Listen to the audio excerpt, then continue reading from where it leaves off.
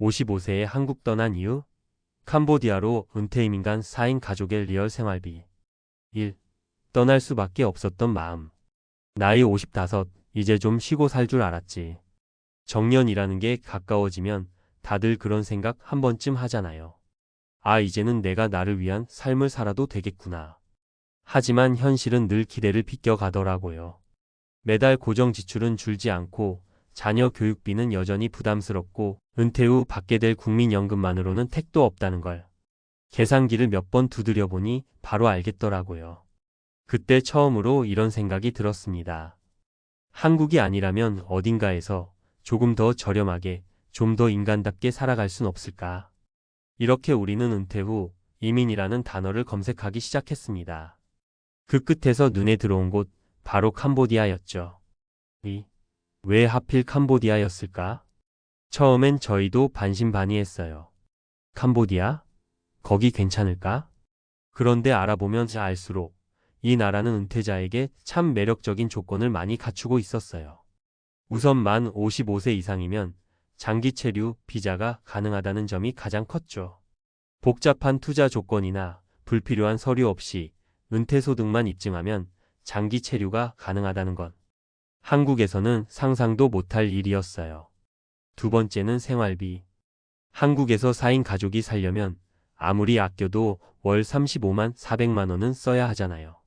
그런데 캄보디아는 월 150만 원에서 200만 원이면 넉넉하게 살 수 있다는 이야기가 많았어요. 저희처럼 자산이 많지 않은 은퇴 세대에겐 정말 큰 장점이죠. 세 번째는 날씨와 환경. 1년 내내 따뜻하고 바닷가나 자연도 가까운 편이라 몸도 마음도 한결 가벼워질 수 있겠다는 생각이 들었어요. 3. 리얼한 생활비 이야기 4인 가족 기준. 이민 오기 전 가장 궁금했던 건 역시 장보기였어요. 애 둘 키우는 집이라 식비가 가장 걱정됐거든요. 캄보디아에서도 수도 프놈펜은 물가가 다소 높은 편이에요. 하지만 현지 재래시장을 주로 이용하고 한국 식품은 필요한 만큼만 적당히 사면 월 장보기 비용은 약 40만 원 안팎으로 충분하더라고요. 신선한 야채, 과일, 생선, 고기 등 다 포함해서요. 물론 처음엔 음식 문화가 달라 적응이 어려웠지만 아이들도 현지 음식에 익숙해지고 한국 식재료도 코리안 마트에서 어느 정도 구할 수 있어 크게 불편하지 않았습니다. 월세는 위치에 따라 30만 원부터 시작하고 수도세나 전기세도 한국보단 훨씬 저렴해서 총합으로 보면 한 달 150만 180만 원이면 내 식구가 넉넉히 살 수 있는 구조입니다. 4. 현실적인 사례 3가지. 사례 1. 58세 김씨 부부, 교육비에서 해방되다. 김씨 부부는 고등학생 자녀 둘을 두고 캄보디아로 이민을 결심했어요. 처음엔 교육이 걱정됐지만 국제학교 등록금이 한국보다 40% 이상 저렴하다는 걸 알고 오히려 좋은 기회라 판단했죠. 아이들도 다양한 문화 속에서 영어 실력이 눈에 띄게 늘었다고 해요. 돈이 아니라 시간을 아이들에게 쓸 수 있어서 좋다고 말하더군요. 사례 60세 이씨, 한국서 반지하 살던 분의 반전 인생. 이 씨는 은퇴 후 월세 50만 원짜리 반지하에 살며 하루하루 버티던 분이었어요. 국민연금 90만 원으론 숨만 쉬어도 마이너스였는데 캄보디아 이민 후 오히려 작은 정원이 있는 단독주택에서 여유 있는 삶을 살고 있답니다. 한국에선 사람 같지 않았는데 여기선 나도 한 사람처럼 산다는 말이 인상 깊었어요. 사례 3. 55세 초반 박씨 가족 건강을 되찾다. 스트레스가 심해 고혈압과 당뇨까지 왔던 박씨. 캄보디아로 이주한 후엔 꾸준한 걷기와 따뜻한 기후 덕분인지 건강이 많이 호전됐어요. 무엇보다 돈 걱정을 덜고 나니 병도 줄었다는 그의 말에 많은 분이 공감하더군요. 5. 전문가가 말하는 캄보디아 은퇴 이민의 장단점. 은퇴 설계 전문가들은 캄보디아를 은퇴 준비가 부족했던 이들에게 기회의 땅이라고 말합니다.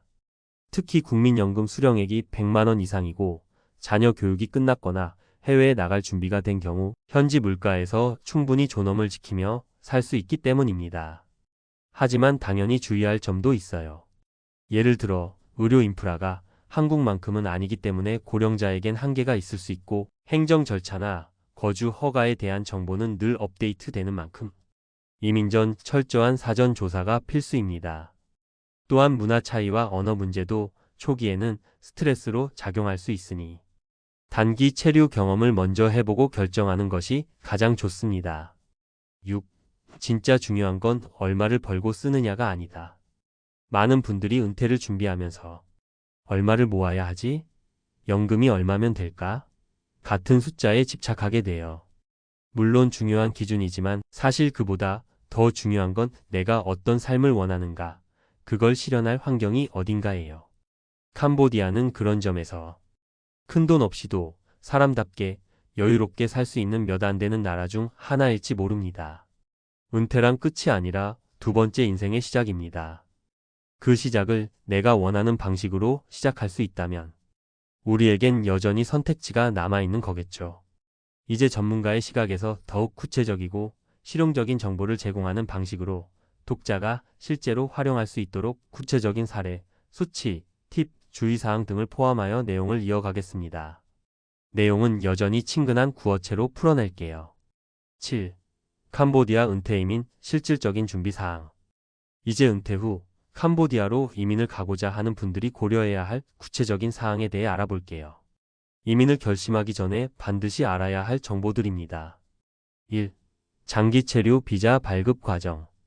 캄보디아에서 장기 체류를 하려면 기본적으로 비자를 준비해야 해요. 캄보디아 정부는 55세 이상이면 비교적 간단한 절차로 장기 체류 비자를 발급해 줍니다. 이를 리스타르트 비자 RETIREMENT VISA라고 불리며 경제적으로 자립할 수 있다는 증빙을 요구합니다. 여기서 자립이라는 건 연금이나 은퇴 후 소득이 일정 수준 이상이라는 걸 입증하는 거예요. 보통 매월 1,5천이 0달러 정도의 소득을 입증하면 됩니다. 여기서 중요한 점은 비자 발급이 한 번에 끝나는 것이 아니라 매년 갱신해야 한다는 것. 처음엔 현지에서 필요한 서류를 준비하고 갱신할 때마다 작은 서류 작업이 필요할 수 있어요. 그렇다고 너무 복잡하다고 걱정할 필요는 없어요. 캄보디아의 비자 관리가 한국에 비해 간단하고 효율적이기 때문이죠. 2. 의료보험 및 건강관리. 캄보디아의 의료 수준은 한국과 비교하면 떨어지지만 프놈펜이나 시엠립 같은 대도시에는 국제적인 의료시설이 점점 늘고 있어요. 그렇지만 여전히 일반적인 병원에서는 기본적인 진료는 가능해도 전문적인 치료가 부족할 수 있어요. 그래서 많은 이들이 한국이나 태국, 말레이시아 등 다른 아시아 국가로 의료 관광을 떠나는 경우가 많습니다. 하지만 의료보험이 중요하다는 점을 감안해 국제의료보험을 준비하는 것이 좋습니다. 이 보험은 국내에서만 유효한 것보다는 전 세계에서 의료 서비스가 가능한 보험을 선택하는 것이 훨씬 실용적이에요. 예를 들어 한국에서 삼성화재 해외여행 보험이나 AXA의 국제보험 등을 참고할 수 있습니다. 연간 100만 원 내외로 적당한 보험료를 책정할 수 있으며 중증 질환이나 큰 사고에 대비할 수 있어요. 초기 비용이 조금 들지만 장기적으로 보면 큰 위안을 줄 수 있습니다. 3. 캄보디아의 생활비. 앞서 이야기한 대로 캄보디아는 생활비가 상대적으로 낮은 편이에요. 4인 가족 기준으로 월 생활비를 자세히 살펴보면 월세 2,030만 원 정도, 저렴한 아파트 기준. 식비 시장에서 구입하는 경우 약 40만 원. 교통비 월 10만 원. 유틸리티 전기, 수도, 인터넷 월 1,015만 원. 그렇다면 대체로 200만 원 이내로 생활이 가능하다는 뜻이에요. 물론 더 고급스러운 곳에서 살고 외식을 자주 하면 그 이상의 금액이 들 수 있지만 기본적인 생활비는 그 정도로 충분히 관리할 수 있습니다. 저렴한 생활비를 더욱 활용하려면 현지 시장을 적극적으로 활용하는 것이 중요해요.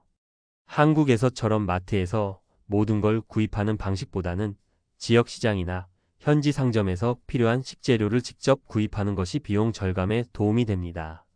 예를 들어 쌀, 과일, 채소는 현지 시장에서 훨씬 저렴하게 구매할 수 있죠. 4. 자녀 교육 문제. 자녀가 있는 경우 국제학교 등록비가 큰 고민이 될 수 있어요. 캄보디아의 국제학교는 다른 아시아 국가들에 비해 비교적 저렴한 편이에요.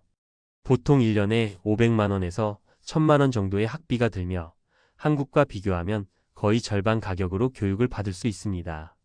또한 영어와 프랑스어 교육을 병행하는 경우가 많아서 언어 능력 향상에도 도움을 줍니다. 8. 캄보디아 이민 전 준비할 것들. 이민을 결심했다면 2주 전에 준비할 사항들도 있습니다. 그 중에서 가장 중요한 건 서류 준비입니다. 먼저 여권과 비자는 기본적으로 준비해야 하고 은행잔고 증명서, 소득증명서 등 필요한 서류를 준비해야 합니다. 또한 주택계약서나 건강보험 가입 증명서도 필요할 수 있으니 미리 준비해두는 것이 좋습니다. 이 외에도 현지에서 비자 연장 시 필요한 서류를 미리 확인해 두세요. 팁! 이민 후 현지 은행 계좌를 열 때는 필요한 서류와 해당 은행의 조건을 미리 파악해야 해요. 보통 현지 은행 계좌 개설은 쉽게 할 수 있지만 여권과 비자, 고용계약서 등을 요구할 수 있어요. 주의사항. 캄보디아는 강도나 범죄가 많지 않은 편이지만 교통사고나 작은 사고가 종종 발생할 수 있어요. 따라서 현지 교통 규칙을 정확히 숙지하고 위험을 피할 수 있는 방법을 알아두는 것이 중요합니다. 또한 해외 송금을 통해 한국과의 금전 거래를 잘 관리할 수 있는 시스템을 마련해 두는 것이 좋아요. 9. 캄보디아에서 살면서 배운 것들. 캄보디아에서 1년을 살고 나니 정말 많은 것을 배웠어요. 한국에서 은퇴를 하면 자녀를 키우거나 사회적인 책임 때문에 바쁘게 살아야만 했지만 여기선 오히려 더 여유 있게 자기 자신을 돌아보는 시간이 많아졌어요. 그리고 가족과의 시간도 더욱 소중해졌죠. 내가 누구인지, 무엇을 원하는지에 대해 생각할 수 있는 여유가 생긴 게 가장 큰 장점이에요. 결론적으로 캄보디아로의 은퇴 이민은 저렴한 생활비와 상대적으로 간단한 이민 절차 덕분에 많은 사람들이 선호하는 선택이 될 수 있습니다. 하지만 이민 전 철저한 계획과 준비가 필요하고 현지 생활을 제대로 즐기기 위한 사전 조사가 반드시 필요해요. 캄보디아가 모든 사람에게 완벽한 선택은 아닐 수 있지만 좀 더 나은 삶을 찾고 싶다면 충분히 고려할 만한 나라라는 사실만큼은 확실합니다.